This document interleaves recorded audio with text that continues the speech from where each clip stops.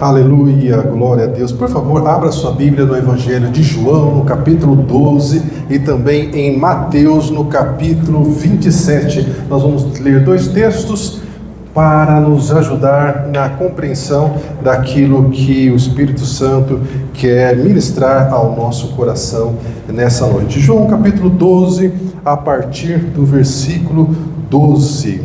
Quem achou, diga amém. Esse amém está muito fraco, vocês não acharam, né? Então, enquanto vocês procuram aí João capítulo 12, eu vou dizer o tema do nosso mês, que é firmados em Cristo, que é baseado em Colossenses no capítulo 2. Então, João capítulo 12, a partir do versículo 12 também, diz o seguinte: no dia seguinte, ou seja, estava tendo uma série de acontecimentos.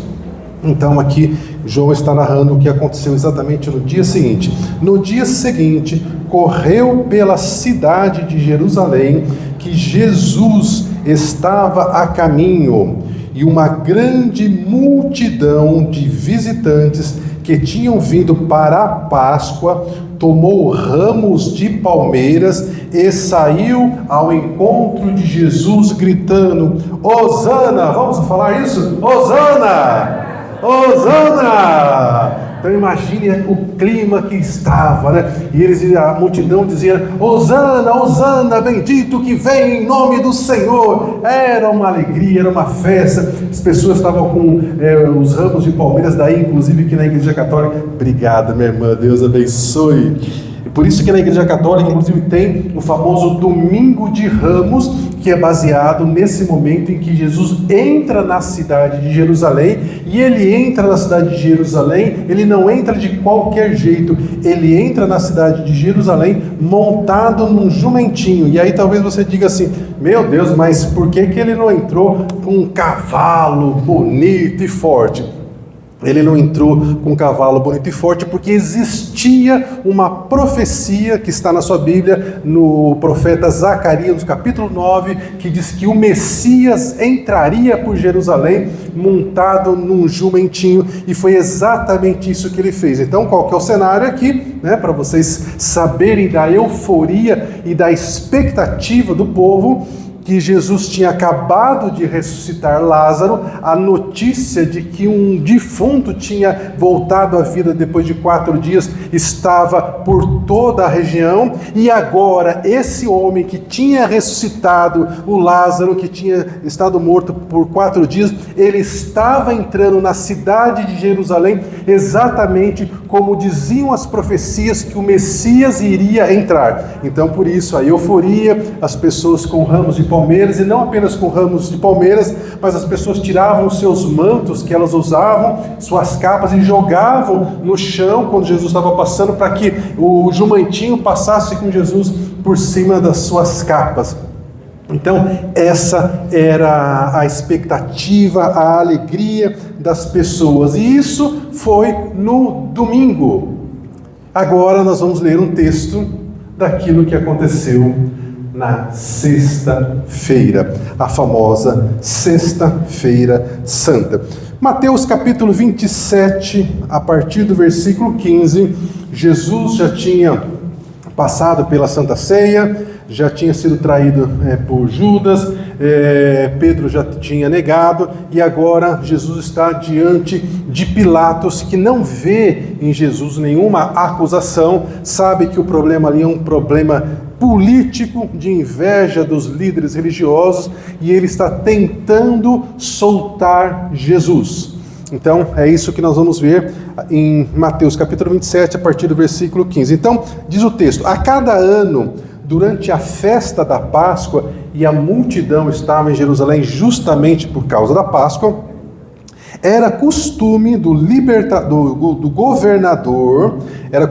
governador libertar um prisioneiro, qualquer um que fosse, desde que fosse a multidão que escolhesse. Ou seja, né, o Império Romano dominava o povo de Israel. Eles eram muito truculentos, eles eram muito brutos, por vezes abusivos, cobravam muitos impostos. E na época da Páscoa, que era um momento de uma festa sagrada, uma festa religiosa, então num ato de bondade, eles deixavam que a multidão escolhesse um prisioneiro para que ele fosse solto, porque muitas vezes o Império Romano prendia as pessoas mesmo elas sendo inocentes. Então era uma ocasião para a multidão escolher um prisioneiro para que ele fosse solto. Então esse era o costume.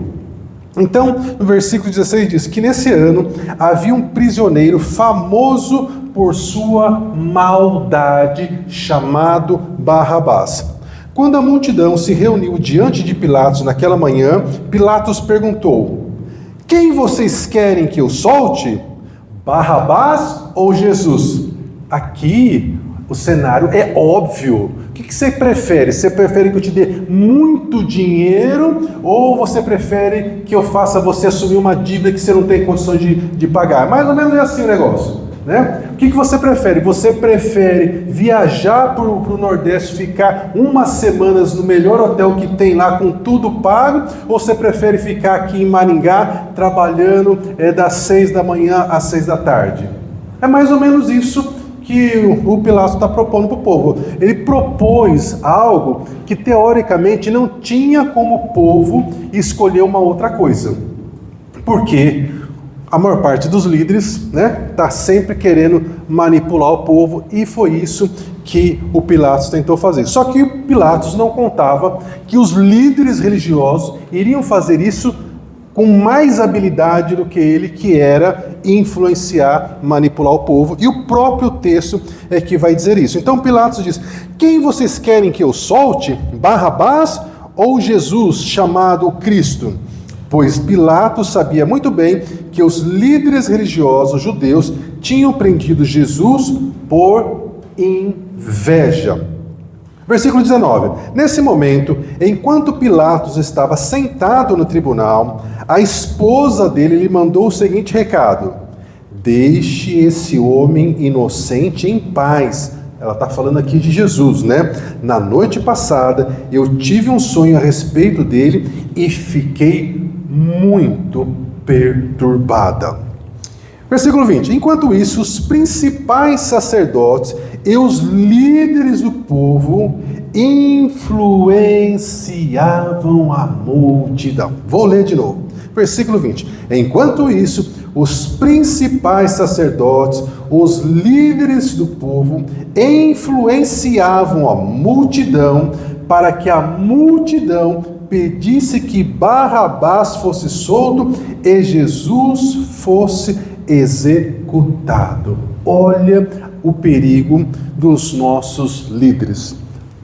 Na maior parte do tempo, a gente está sendo influenciado pelas redes sociais, pelas nossas amizades, pelas músicas que nós ouvimos, pelas coisas que nós vemos na televisão, quando a gente assiste um filme. É incrível como nós somos influenciados. E, por vezes, nós não imaginamos que até os nossos líderes religiosos podem nos influenciar, e infelizmente nesse momento é o que está acontecendo, e os líderes religiosos não estão influenciando o povo para que o povo faça a melhor escolha. Eles estão influenciando o povo para que eles façam a pior escolha possível. Então o governador perguntou outra vez: qual dos dois vocês querem que eu solte? A multidão gritou em resposta: Barrabás! Pilatos perguntou: e o que farei com Jesus, chamado Cristo? Cristo significa Messias, né? E a multidão gritou: crucifique-o! Versículo 23. E por que? Quis saber Pilatos. Que crime ele cometeu? Mas a multidão gritou ainda mais alto: crucifique-o! Pilatos viu que de nada adiantava insistir e que um tumulto já começava. Assim, mandou buscar uma bacia com água, lavou as mãos diante da multidão e disse: estou inocente do sangue desse homem. A responsabilidade da morte dele é de vocês. Versículo 25. todo o povo gritou: que nós e nossos descendentes sejamos responsabilizados pela morte dele. Então Pilatos soltou Barrabás e, depois de mandar açoitar Jesus, entregou-o para ser crucificado. Meu irmão, eu vou começar de trás para frente para evitar o erro de esquecer de falar dessa coisa tão importante que foi essa declaração que o povo fez depois que Pilatos lava a mão e o povo grita: que o sangue dele, que o sangue de Jesus caia sobre nós e sobre os nossos descendentes. Nesse momento, é o ano, mais ou menos ano 30, ano 33 da história, porque a história começa a ser contada depois do nascimento de Jesus, não se tem certeza do ano que ele nasceu, então é mais ou menos o calendário.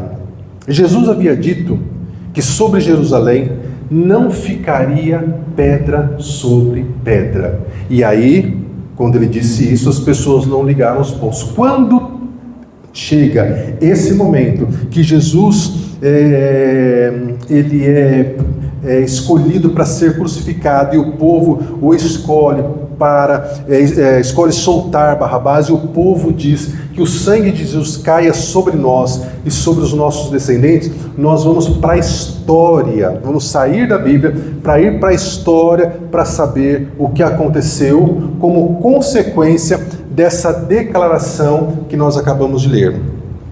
Eles estavam aqui no ano 30, ano 33 aproximadamente.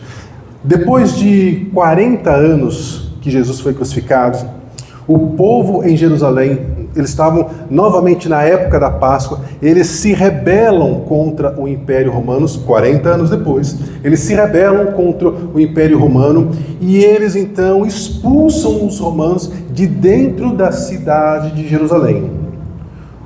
O general Vespasiano, ele cerca a cidade de Jerusalém e não deixa entrar nem água, nem comida. Dá um pepino lá em Roma, chamam ele para ser o novo imperador de Roma, ele deixa aquele cerco para se tornar o novo imperador, e o filho do Vespasiano, chamado Tito, general Tito, vem para assumir o cerco. Eles cercam Jerusalém o mês de abril, o mês de maio, sem entrar água, sem entrar comida, o mês de junho, o mês de julho, o mês de agosto. E quando chega setembro, mais de 1 milhão de judeus que estavam dentro da cidade de Jerusalém tinham morrido de fome, de sede, de doenças. E aí então o Império Romano novamente invade Jerusalém, novamente destrói o Templo de Salomão. Lembra que o Templo de Salomão tinha sido destruído por Nabucodonosor, né? Foi uma luta para reconstruir aquilo. O Império Romano entra em Jerusalém, acaba com o Templo de Salomão e espalha o povo judeu, né? Por diversas partes, muitos fogem. E eles então, depois que o Império Romano cai, outros impérios assumem a cidade de Jerusalém e eles nunca mais conseguiram voltar para sua terra, eles nunca mais conseguiram ter a independência do seu país. E aí então a gente tem a história acontecendo, vários impérios dominam Israel e Jerusalém. Passamos pela Primeira Guerra e aí nós chegamos na Segunda Guerra, e aí tem o Holocausto. Aí o Holocausto, como vocês sabem, matou mais de 6 milhões de judeus, e não matou apenas judeus, matou ciganos, matou homossexuais, matou opositores políticos, mesmo sendo alemães, matou muita gente, mas os judeus foram, sem dúvida nenhuma, o que eles mais mataram. Então, quando termina a Segunda Guerra, eles chegam à conclusão que eles precisavam, então, como uma maneira de diminuir a tragédia que foi feita com os judeus. Claro que eu estou dando uma resposta aqui bem simplista, né? Porque, afinal de contas, isso aqui não é aula de história, né? Mas só para você contextualizar. Então, em 1948, depois da Segunda Guerra, por causa do Holocausto, é que, de novo, o povo judeu pode chamar para si a terra de Israel como uma nação deles. Eles só voltam a ter uma pátria em 1948, e de lá para cá, quantas lutas e quantas guerras eles já enfrentaram e continuam enfrentando por conta dos inimigos que eles têm. E tudo isso começou por causa de uma palavra: que o sangue desse inocente caia sobre nós e sobre os nossos descendentes. Então, meu irmão e minha irmã, aquilo que você fala tem muito peso, principalmente quando você fala algo para seu filho, filha, neto, cônjuge. Então você tem que tomar muito cuidado com aquilo que você fala, porque a sua palavra tem poder. O negócio é que as coisas que a gente fala não acontecem imediatamente, porque se acontecesse imediatamente, a gente mesmo se assustava, né, e não falaria mais, mas é que demora, né? Mas a gente abre uma brecha no mundo espiritual e a gente dá autorização para os inimigos virem e trabalharem naquilo que nós demos autorização para que acontecesse sobre a vida daquela pessoa que nós estamos falando. Por isso que a sua fala tem que ser sempre uma fala de bênção, de abençoar a pessoa, mesmo naqueles momentos que você está nervoso, nervosa, mas a sua palavra tem que ser uma palavra de bênção. Bom, dito tudo isso, vamos voltar agora para o início da história. Nós estamos no domingo de Ramos. Jesus entra em Jerusalém, ele é aclamado, as pessoas dizem Hosana, Hosana, bendito que vem em nome do Senhor. E Hosana, meu irmão e minha irmã, ao contrário de aleluia, de glória a Deus, né? Hosana é um pedido de socorro. Hosana significa salva-nos, salva-nos agora. E salva-nos o quê? Salva-nos da opressão do Império Romano. Então, quando Jesus entra montado num jumentinho, o povo tem uma expectativa: o Messias vai resolver os nossos problemas. E de fato, ele veio para resolver os nossos problemas. Só que, de qual problema nós estamos falando? Porque Deus sempre vai olhar a coisa como um todo, e nós só olhamos até onde os nossos olhos enxergam. Eu não sei se você já teve a oportunidade de estar conversando com uma pessoa e você está conversando com ela achando que está falando sobre uma coisa, aí no meio da conversa você percebe que você está falando de sopa e ela de churrasco, né? E você fala: nossa, mas eu estava aqui achando que era outra coisa. E ela também achando que estava falando de uma outra coisa. Quando Jesus entra em Jerusalém, ele entra montado no jumentinho, porque de fato ele precisava cumprir as profecias bíblicas, e ele estava resolvendo um problema do povo, mas era um problema muito maior do que o domínio do Império Romano. Mas eles não tinham essa compreensão. Eles achavam que Jesus vinha para libertar eles do Império Romano, e isso era o que bastava. Mas Deus via o todo. Deus viu a queda de Adão e Eva e havia prometido que um descendente da mulher iria esmagar a cabeça de Satanás, que significa o nosso inimigo das nossas almas. Agora, veja o ponto de vista dos discípulos, porque por vezes nós nos identificamos com os discípulos de Jesus. Jesus entra em Jerusalém, aquela comoção, eles estão animados, agora a coisa vai, os discípulos começam a disputar quem deles deveria ser o mais importante, aquela coisa toda.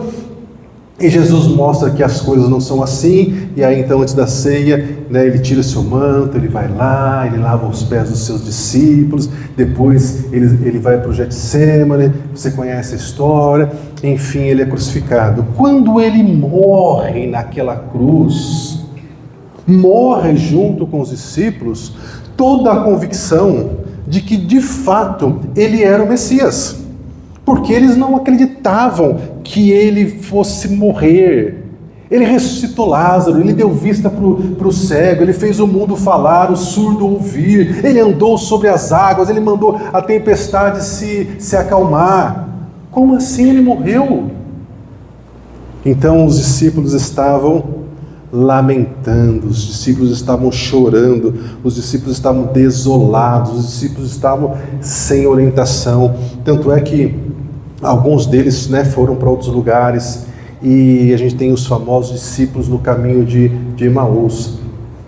Então eu quero pensar com você agora.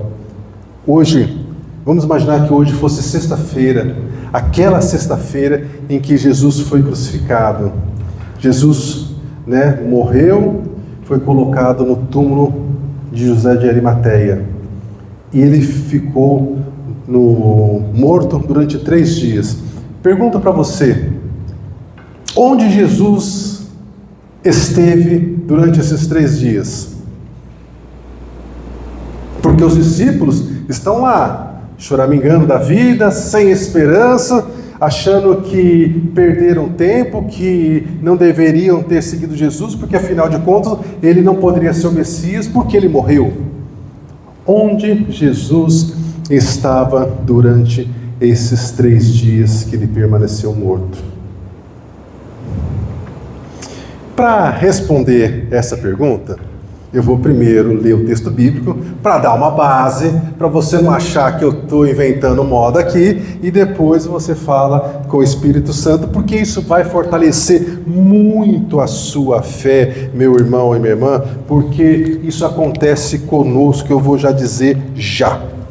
Efésios capítulo 4, versículo 9 em diante, diz o seguinte: ora, Jesus subiu, significa que antes ele tinha descido às partes mais baixas da terra. Aquele que desceu às partes mais baixas da terra é o mesmo que subiu acima de todos os céus para cumprir todas as coisas. Agora, 1 Pedro capítulo 3, versículo 19, no qual também foi Jesus e pregou aos espíritos em prisão. Colossenses capítulo 2, versículo 15, e despojando, tirando a autoridade, dos principados e potestades, Jesus os expôs publicamente e deles triunfou na cruz. Apocalipse capítulo 1, versículo 8 diz que o Senhor chegou ao céu e ele disse que trazia chaves da morte e do inferno depois de ressuscitar. Qual que é o cenário? Jesus está na cruz, Jesus entrega ao Pai o seu Espírito e ele morre. Os discípulos choram, ficam desesperados, o que nós vamos fazer na nossa vida agora? Claro que eu estou aqui dramatizando, mas mais ou menos isso. Enquanto Jesus fechou os olhos e morreu, e o espírito dele saiu do corpo, como acontece com todas as pessoas que morrem, e aí a gente tem aquele momento em que Jesus fala sobre isso, sobre o rico e Lázaro. Ele disse que viviam 2 pessoas numa mesma cidade, o Lázaro vivia na porta do homem rico e comia das migalhas que sobravam, e morreram os 2. Morreu o Lázaro e vieram os anjos e levaram o Lázaro para um lugar chamado Seio de Abraão.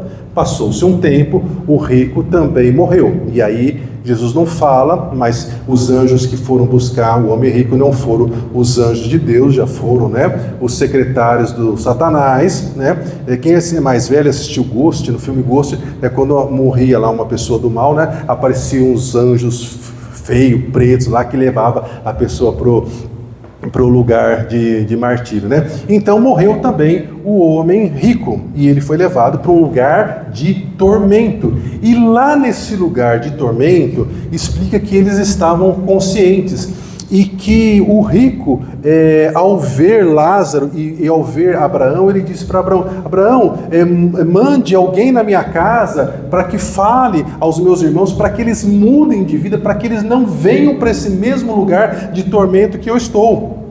E aí Abraão disse que não poderia fazer isso, e então o rico fala para que Lázaro pelo menos molhasse um pouco, lhe desse um pouco de água na ponta da sua língua, porque o tormento ali era muito grande.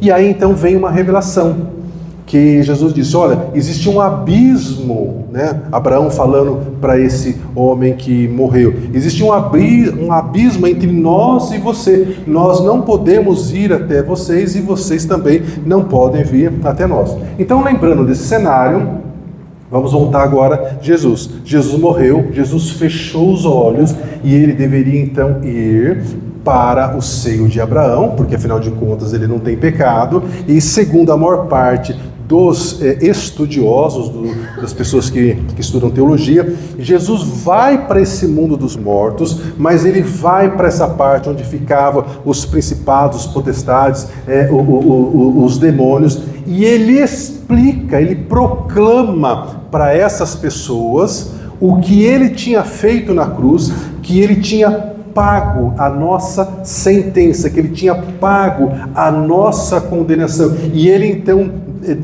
como disse Colossenses, ele despojou a autoridade dos principados e potestades do mundo espiritual, das trevas, e tomou essa autoridade, tanto da morte quanto do inferno, para ele. E é por isso que em Apocalipse ele fala, eu estive morto, mas trago as chaves da morte e do inferno. As chaves aqui é apenas uma linguagem, né? Uma figura de linguagem que representa a autoridade sobre a morte e o inferno. E aí talvez, né, você pergunte, mas por que a gente continua morrendo? Porque isso foi mais ou menos como um pedido, uma ordem de despejo, né? Quem já viu alguém sendo despejado sabe, né? A pessoa não paga o aluguel, o dono da casa vai lá e fala com o juiz dá uma ordem e vem uma ordem do juiz dizendo que a pessoa tem tanto dia de prazo para entregar a casa, senão os policiais vão lá e vão tirar a pessoa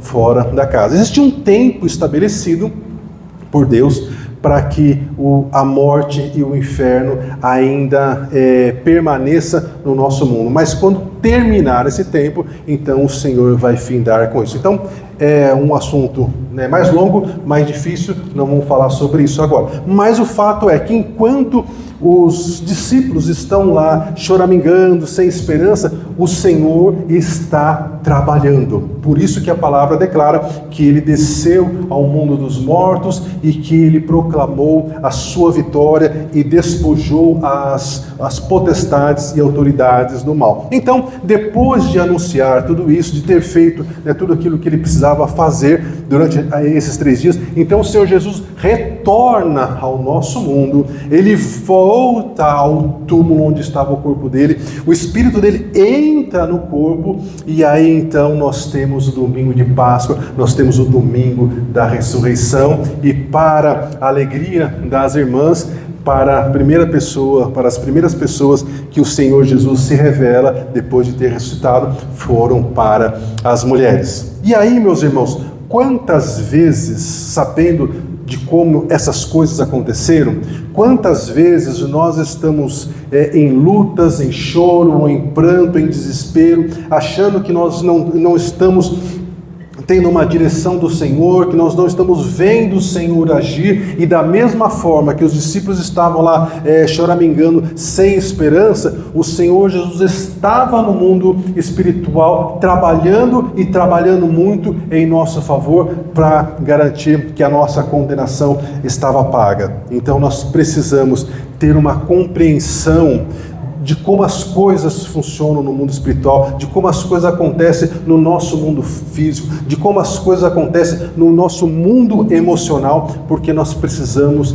ser pessoas equilibradas. E tudo aquilo que acontece no nosso mundo é justamente para nos tirar do equilíbrio de alguma das áreas da nossa vida, e isso é bem facinho de fazer, porque infelizmente, de quando em quando, eu e você abrimos as famosas brechas. E quando a gente abre as brechas, meu irmão e minha irmã, infelizmente, os perrengues vêm. Então, a palavra para você e para mim é a de Isaías capítulo 64, versículo 4, que diz que desde a antiguidade não se ouviu, nem com os ouvidos se percebeu,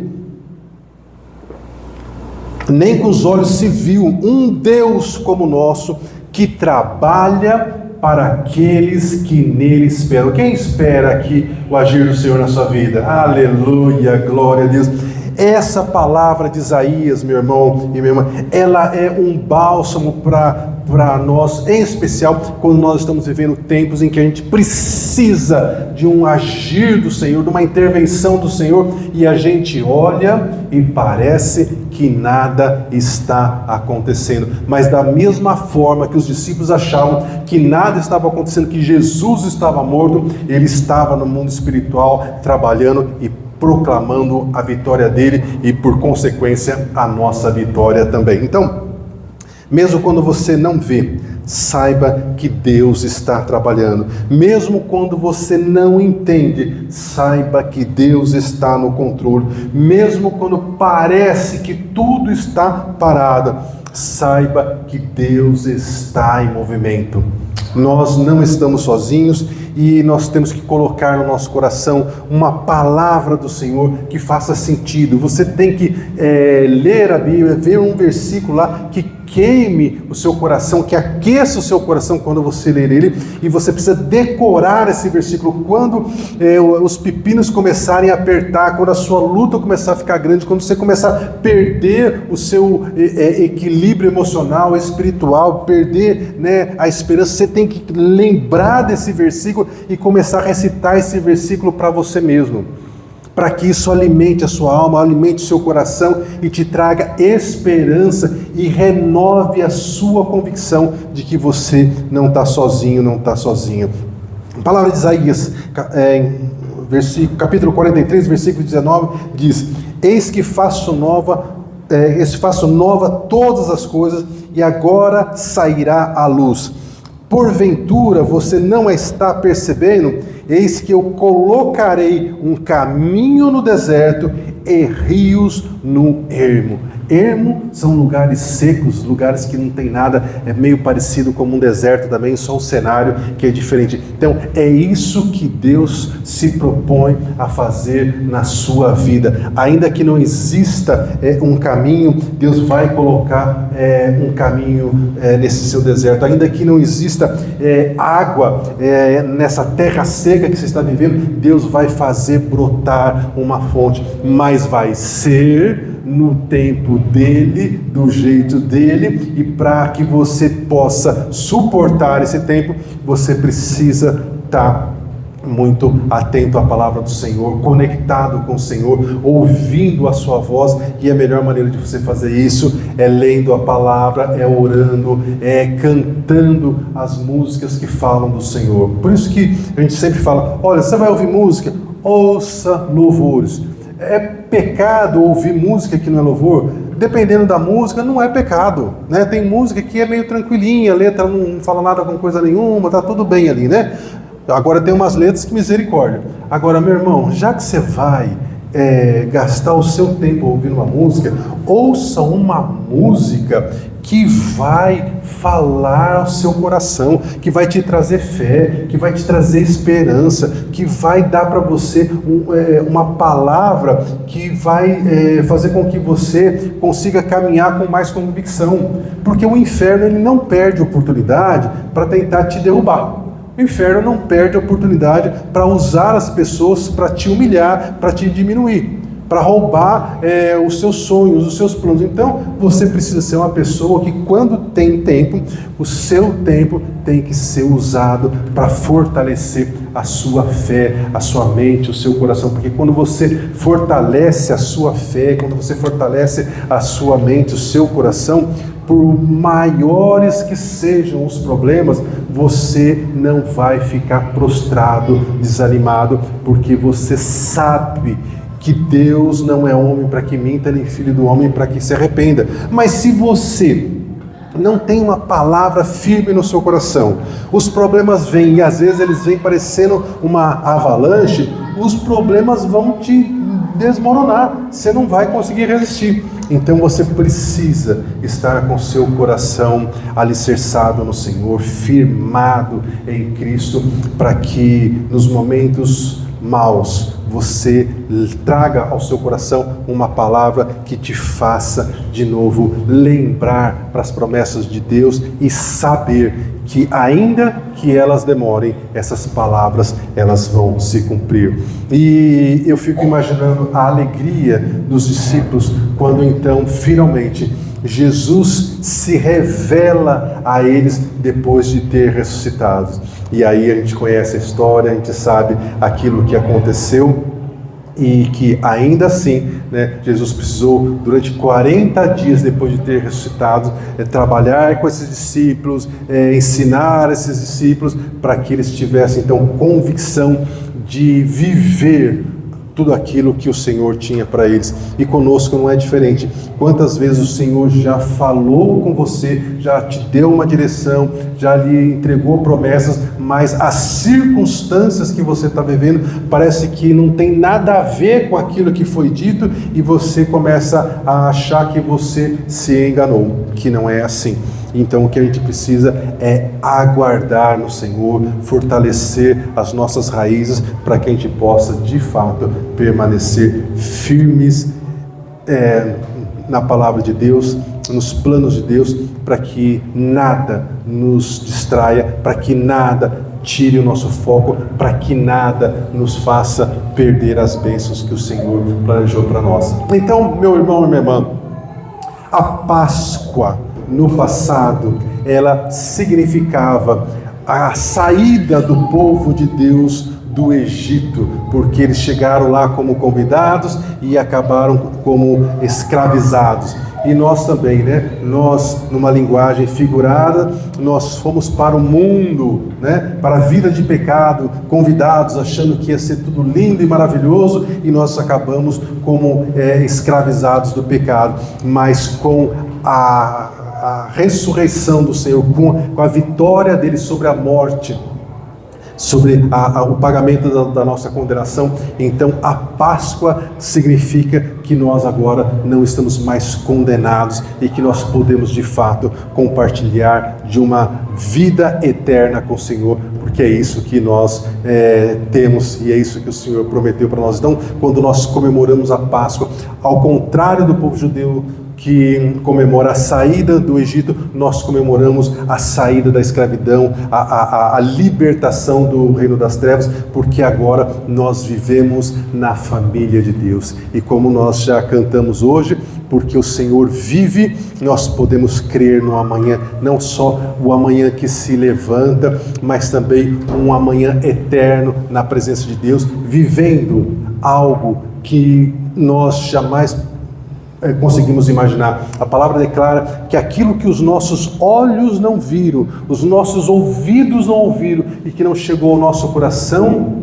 é o que Deus preparou para mim e para você. Então não é pouca coisa. Então, quando nós comemoramos a nossa Páscoa, nós comemoramos essa nova vida com o Senhor. Então, hoje, domingo de Páscoa, é uma data muito importante, muito especial, e nós precisamos ensinar os nossos filhos, os nossos netos, que Páscoa não tem nenhuma relação com chocolate, não tem nenhuma relação com coelho, mas tem tudo a ver com o Deus Filho que veio e se entregou, se sacrificou para que nós pudéssemos de novo ter comunhão com o Senhor. E é nessa convicção que nós vamos viver cada um dos nossos dias, sabendo que nós teremos no futuro uma vida completamente transformada. Nós não teremos mais as limitações que nós temos hoje, de idade, de dinheiro, de discriminação racial, social, qualquer que seja, porque todos nós estaremos na plenitude, vivendo da maior abundância que nós poderíamos ter ao lado do Senhor. Então, quero convidar você a se levantar. Nós vamos cantar mais um louvor e depois nós vamos orar.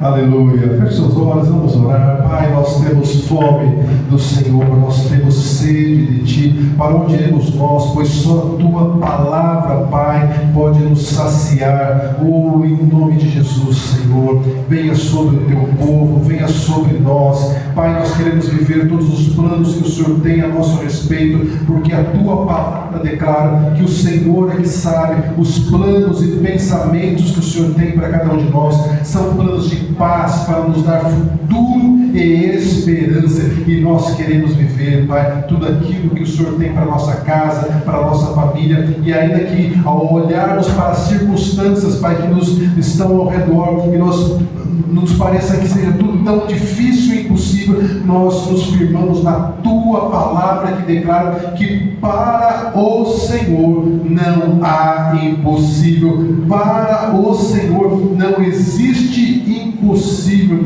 O Senhor disse: haja luz e houve luz. Oh Pai amado, nós cremos que basta uma palavra Tua e toda a nossa casa será transformada, todos os nossos medos acabarão, todas as nossas ansiedades e angústias deixarão de agir sobre a nossa vida. Mas nós declaramos, Pai, que ainda não seja hoje o tempo em que o Senhor vai nos dar essa libertação. Nós seguiremos, apesar das nossas lutas e dificuldades, nós seguiremos dando glórias ao Teu nome, porque nós sabemos que o nosso Redentor vive, que o nosso socorro vem do Senhor. Nós sabemos que o Senhor não se atrasa e que no devido tempo o Senhor irá agir e as pessoas irão ver o nosso socorro que veio do Senhor. Pai, nós entregamos a Ti, Pai, a nossa semana, pedimos que o Senhor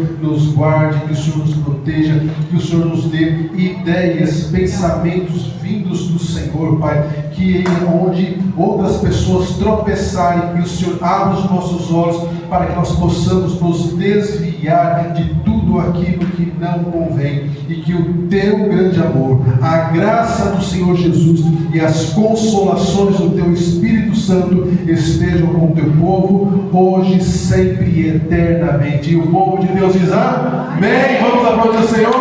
Aleluia.